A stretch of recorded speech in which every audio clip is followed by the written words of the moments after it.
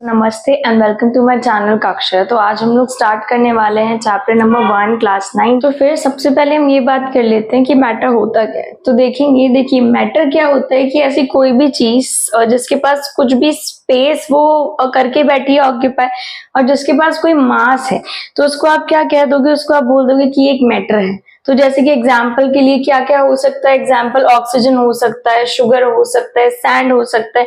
तो ये किसके एग्जाम्पल हैं? ये है एग्जाम्पल आपके मैटर के, कि ऐसी कोई भी चीज जिसके पास कुछ मास है या फिर उसने किसी भी स्पेस को ऑक्यूपाई कर रखा है, so that is known as a matter.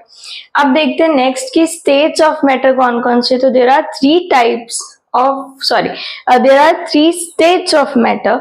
तो जो सबसे पहला है वो हो जाएगा सॉलिड स्टेट, सेकंड हो जाएगा आपका लिक्विड, और जो थर्ड देखते हैं कि हम लोग आगे क्या पढ़ने वाले हैं। तो हम आगे पढ़ने वाले हैं कि जो पार्टिकल्स ऑफ मैटर होते हैं, जो मैटर के जो पार्टिकल्स होते हैं, वो क्या क्या करेक्टर्स शो करते हैं। करेक्टर्स ये क्या क्या शो करेंगे? तो सबसे पहला जो ये करेक्टर शो करेंगे वो ये करेंगे कि इनके बीच में इंटरमोलिक्यूलर फोर्स ऑफ अट्रैक्शन होता है। ये कि ये जो पार्टिकल्स हैं इनके बीच में क्या होगा, देखिए जैसे कि यहाँ पे कुछ ये पार्टिकल्स हैं, अब ये आपस में एक दूसरे को अट्रैक्ट करेंगे, so that is known as the force of attraction. ये जो पार्टिकल्स हैं इनके बीच में क्या होता है, कुछ फोर्स ऑफ अट्रैक्शन होगा। ये हो गया इसका फर्स्ट करेक्टर। सेकंड क्या हो गया, इनके बीच में कुछ इंटरमोलिक्यूलर स्पेसेस भी प्रेजेंट होंगी। तो यहाँ पे इंटरमोलिक्यूलर स्पेसेस भी प्रेजेंट होंगी, कुछ स्पेसेस प्रेजेंट होंगी इन पार्टिकल्स के बीच में। नेक्स्ट देखते हैं, दे आर कॉन्स्टेंटली मूविंग, कि ये कॉन्स्टेंटली मूव करती रहेंगी विद देयर काइनेटिक एनर्जी। तो ये अपनी काइनेटिक एनर्जी से हमेशा क्या करते रहेंगे, कॉन्स्टेंटली मूव करते रह रहे। ठीक है, अगर आप बात करो तो ये जो तीन ये जो कैटेगरीज आपने पढ़ी हैं वो कौन कौन सी, कि इनके बीच में क्या होना चाहिए, इनके बीच में फोर्स ऑफ अट्रैक्शन होना चाहिए। नेक्स्ट क्या है कि इनके बीच में कुछ इंटरमोलिक्यूलर स्पेसेस प्रेजेंट होनी चाहिए। नेक्स्ट क्या है कि दे आर कॉन्स्टेंटली मूविंग, कि कॉन्स्टेंटली मूव करते रहने चाहिए with their own kinetic energy. जैसे कि आप अगर बात करो तो यहाँ पे अगर यही पार्टिकल्स इस तरीके से प्रेजेंट है तो ये मूव करते रहेंगे अपनी काइनेटिक एनर्जी से। तो ये होता है इसका थर्ड करेक्ट। ठीक है, तो चलिए बढ़ते हैं आगे। तो अभी हम पढ़ेंगे कि एक सॉलिड, लिक्विड और एक गैस के पार्टिकल में क्या क्या डिफरेंसेस होते हैं ऐसे। तो सबसे पहले हम लोगों ने जो ये पार्टिकल्स और मैटर के पढ़े थे करेक्टर्स, तो उसमें आपने पढ़ा था कि इंटरमोलिक्यूलर फोर्स होता है। तो किसमें सबसे ज्यादा इंटरमोलिक्यूलर फोर्स होगा, किसके अंदर होगा, सॉलिड्स के अंदर होगा। क्यों? क्योंकि वो बहुत ज्यादा टाइटली पैक्ड रहते हैं। तो यहाँ पे क्या होगा, मोर होगा, या फिर आप बोल सकते हो कि मैक्सिमम फोर्स ऑफ अट्रैक्शन होगा यहाँ पे। ठीक है, अगर यहाँ पे आप बात करो तो यहाँ पे लेस होगा इन कंपैरिजन टू सॉलिड। तो यहाँ पे आप लिख दोगे लेस इंटरमोलिक्यूलर फोर्स। और यहाँ पे नेग्लिजिबल, बिल्कुल ही कम होगा यहाँ पे, क्योंकि इनके जो ये पार्टिकल्स रहते हैं बहुत ज्यादा ही स्कैटर्ड रहेंगे। तो इतना ज्यादा फोर्स ऑफ अट्रैक्शन हमको नहीं देखने के लिए मिलता है गैसेस के अंदर, या फिर तभी हम लोगों ने यहाँ पे क्या लिखा है कि ये कैसे होते हैं, नेग्लिजिबल होते हैं।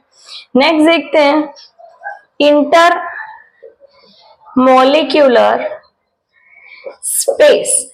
तो इंटरमोलिक्यूलर स्पेस किसके पास सबसे ज्यादा होगा? सबसे ज्यादा होगा गैसेस के पास, उसके बाद होगा लिक्विड के पास, उसके बाद होगा सॉलिड के पास। ठीक है, क्योंकि देखिए जो ये सॉलिड के जो होते हैं बिल्कुल इस तरीके से क्लोजली पैक्ड होते हैं, तभी इनका जो शेप होता है वो भी बिल्कुल फिक्स होता है। ठीक है, तो अब नेक्स्ट देखते हैं ये जो इंटरमोलिक्यूलर फोर्स है, तो इसमें क्या होंगे, स्पेस क्या होंगे इसके अंदर, नेग्लिजिबल।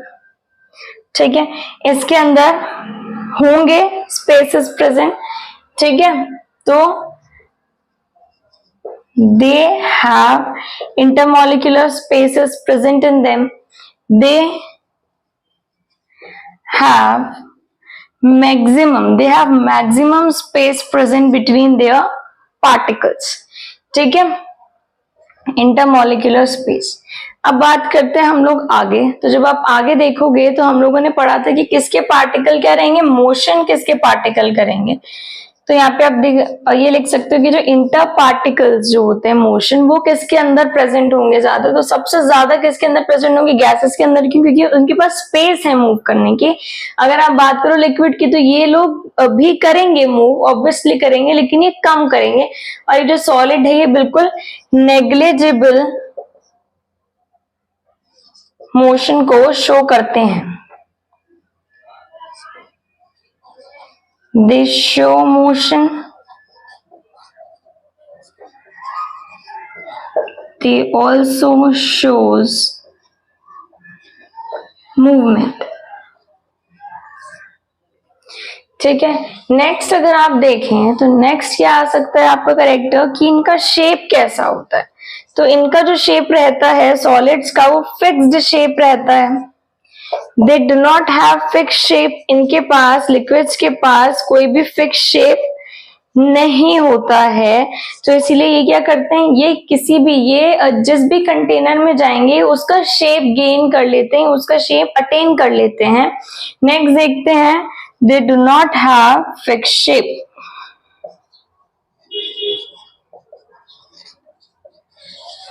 ठीक है, तो अगर हम इसका देखें, जो नेक्स्ट जो होता है इसका करेक्टर, वो हो जाता है यहाँ पे फ्लूइडिटी।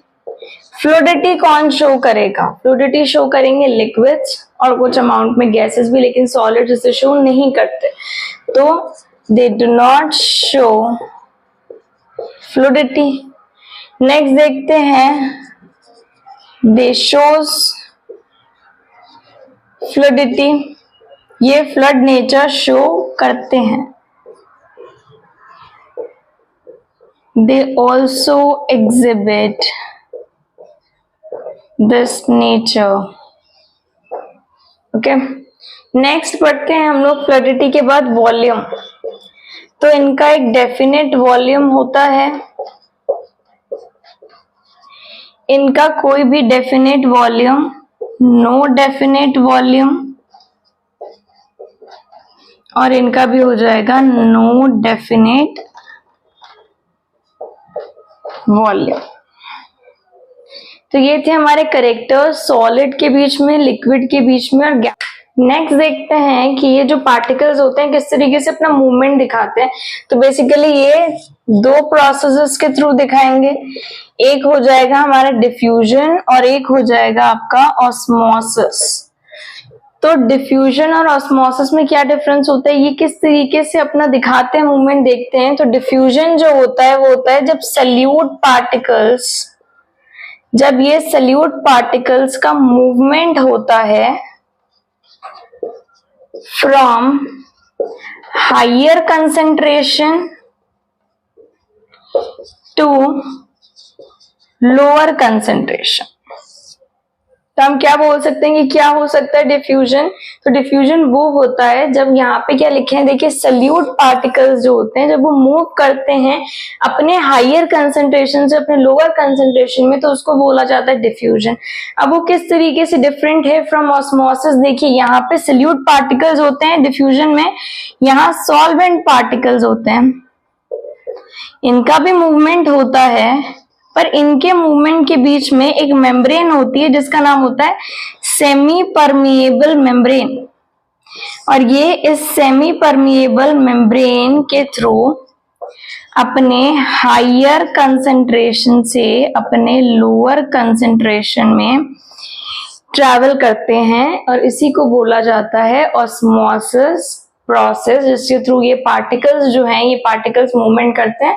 तो ये साथ के साथ में नोट्स भी बनाते हैं लोग। इवेपोरेशन, इवेपोरेशन क्या होता है देखिए, तो वो प्रोसेस जिससे आप एक लिक्विड को चेंज कर सकते हो इनटू वेपर्स, उसको बोला जाता है इवेपोरेशन प्रोसेस। तो जिसमें क्या हुआ, अगर एक लिक्विड है और वो चेंज हो जाए, कन्वर्ट हो जाए इनटू वेपर्स, तो that process is known as evaporation. अब जैसे कि हम लोग जानते हैं कि जो सी वाटर होता है, सी वाटर में बहुत ज्यादा सॉल्ट का कंसंट्रेशन होता है, तो हम लोग उसको क्या करते हैं, हम इसको सॉल्ट निकालने के लिए हम लोग इस प्रोसेस को यूज करते हैं।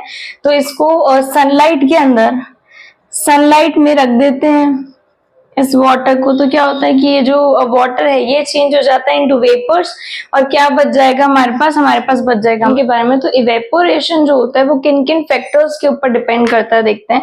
तो अगर ये टेम्परेचर के ऊपर डिपेंड करेगा तो ये कैसे करेगा कि अगर टेम्परेचर इंक्रीज हो गया तो इवेपोरेशन भी इंक्रीज हो जाएगा। उसी तरीके से अगर सरफेस एरिया इंक्रीज हो गया तो इवेपोरेशन इंक्रीज हो जाएगा। ह्यूमिडिटी के केस में इसका जस्ट अपोजिट होता है। देखते हैं कैसे होता है कि अगर ह्यूमिडिटी इंक्रीज हो गई तो इवेपोरेशन प्रोसेस की जो स्पीड है वो कम हो जाएगी, और अगर विंड स्पीड बढ़ता है तब भी इवेपोरेशन इंक्रीज ही होगा।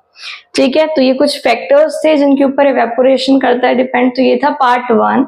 अब पार्ट 2 के अंदर हम लोग नेक्स्ट सब्लिमेशन प्रोसेस के बारे में पढ़ने वाले हैं, और यहाँ तक कि हम लोग इसके बारे में भी और पढ़ेंगे कि इसके कूलिंग इफेक्ट्स क्या क्या होते हैं। तो ये